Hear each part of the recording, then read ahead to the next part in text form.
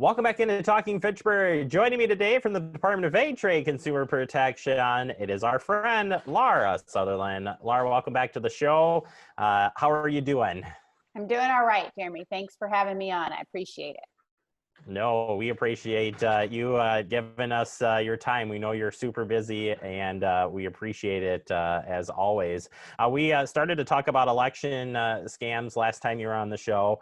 We wanted to pick up that conversation and definitely spend some time in the voting side of things. So we talked about last time just donating to a campaign and election surveys.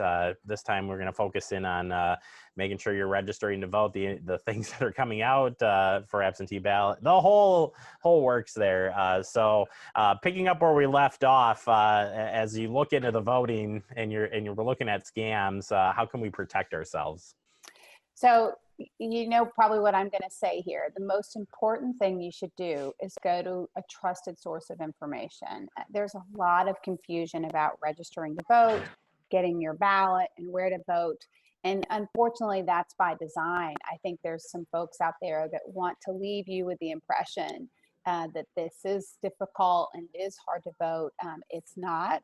There's some great information out there, and it's at myvote.wisconsin.gov. So anything I'm saying today, you can find there.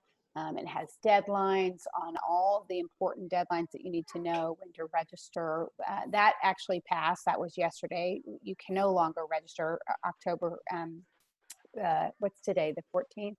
I don't know. Yep. Yesterday was the 14th, so it ended. Yeah, any of the online registration or by mail that is now ended, leading up to election. But you still can still do it in person. You can do it in and I'm not going to steal your thunder. Yes, yep, and you can get an absentee ballot. So listen, on the registering to vote, here's what we'd say about that. There are some great volunteers and staff out there trying to get people to register, but by the time you're watching this, it's too late. So that's when you know it's a scam or it's misinformation because you can't do it anymore. So if anybody's contacting you still about registering, that is not accurate information and could be a scam, and you certainly shouldn't give your information to those folks because it's no longer possible to register to vote, at least for this cycle. And again, you can go to myvote.wisconsin.gov to get really good information on that. It'll tell you who your local clerk's office is. You know, what I will say is there are also organizations out there telling folks that you're no longer registered or your registration has been purged. You can go to your clerk's office and figure out whether or not that's true. I suggest you do that. And again, myvote.wisconsin.gov is a place that can get you to that. Unfortunately, if that information is true, it's too late to resolve that at this point. But again, there's a lot of misinformation out there. Some folks are trying to be helpful and they have incorrect information, or they're just trying to create some level of urgency so they make sure you get out there and register and vote. And so they'll tell you, oh, you may be no longer registered when they actually have no idea. So again, it's too late. So if somebody's trying to register you, don't do that. That could be a scam, but you can find out whether you're registered. Now, what it's not too late to do is get your absentee ballot. You should do it though. Get that absentee ballot and vote. It's, you know, early if you want to vote. You can also vote in person, but early voting in person has started as well. You can do both of those things. I encourage you to get out there and go ahead and do it. On September 1st, as we probably know, the Wisconsin Election Commission mailed out an educational packet to registered voters so you could figure out how you could get an absentee ballot. You can continue to get an absentee ballot until October 29th, Thursday, October 29th. And again, you can go to myvote.wisconsin.gov to get that application, or that to apply rather for an absentee ballot. Some folks are saying they're sending you ballots. Nobody's sending you a ballot except for the Wisconsin Elections Commission. You might get an application in the mail from organizations. There again, some of that information might be inaccurate. So just encourage you to go to a source of information you trust. You can fill out an online request for an absentee ballot. It's very simple. I had my college child do it I pestered him a lot, and he did it. And if he can do it, then I'm fairly certain everybody else can. So I go there and to be safe rather than sorry, and make sure it's not inaccurate. And, certainly, if you have any questions, like you said, go to the website. Being that you're talking to a city organization, we're telling our residents too that, call our clerk's department and check in with them if you're unsure if you got something in the mail and you're not positive of what it is. But I do want to do ask you about that. Is there's a lot of materials that are sent out to you, applications and materials and stuff.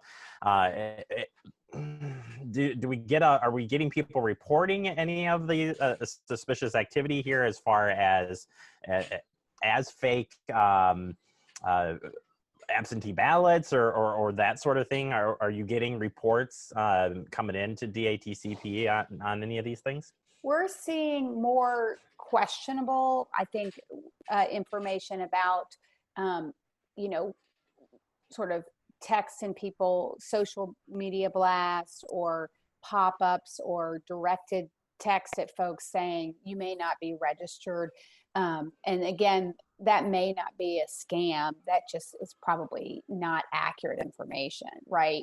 Now, look, we know, of course, that scams come in the form of these texts and pop-ups. And anytime you get a text or a pop-up that has a link in it, you absolutely should not click it. That is really, folks may be trying to get you quickly to where you need to go and make it simpler for you, but there's just too many fake websites and scams out there that, we really discourage anybody clicking on any links to take you where you need to go to file for an absentee ballot. Just go to that website that we all know. If you're in front of your computer getting a website shown to you, you might as well go to the one on your browser that you know is accurate, right? But more, I would say we are hearing about scams around the country, and at DATCP we're hearing about a lot of these questionable, which could be scams as well, but questionable information coming up on Facebook and other social media about how best to apply for an absentee ballot. And it's really not clear enough for consumers to feel safe with that kind of information. And that definitely takes me to my next question, is feeling safe to vote absentee and making sure that the ballot gets to the clerk's office or to, wherever your ballot is going. How does DATCP work with the election office on scams and different things? Are you guys teaming up? And when we're talking about investigating voter fraud or anything like that, is that in your wheelhouse? Is that more with the election office? Where does that all fit in? Good question. We did team up on messaging. As Consumer Protection Agency, we do get a lot of complaints and concerns, and we also just get questions. We have a great 1-800 number, 1-800-422-7128, that is manned by folks who know all kinds of stuff that doesn't fall within our jurisdiction. So in other words, if you call and ask us something that you think is a consumer related issue, but we know, oh, really, you need to be going here. So for sure, if people call us about election issues, we're getting them to the places that they need to go, and that can include the Wisconsin Election Commission. If there's allegations of voter fraud, that wouldn't be our jurisdiction. But I got to tell you, there's just no real evidence of voter fraud in Wisconsin. In fact, I heard the former Attorney General J.B. Van Hollen on the radio this morning. He's a co-chair of a organization that is out there working with our current Attorney General to make sure our votes are safe and counted. And he was very adamant that the poll workers are well trained, they know what they're doing, and that our votes are safe. And so people should not be concerned about voting. They should just get out there and vote. They should vote early, absentee, if they're not wanting to go to the polls, or if they want to go to the polls, they can vote early in person in certain places. And we encourage you to do it and feel secure that Wisconsin cares deeply about your vote and they want you to vote, and you should get out there and do it. I appreciate you breaking that down. I think that's so important to know behind the scenes that, there is a greater cause of making sure that your vote counts, security is top notch, and you know, we're coming together to make sure that, again, everybody gets that vote counted.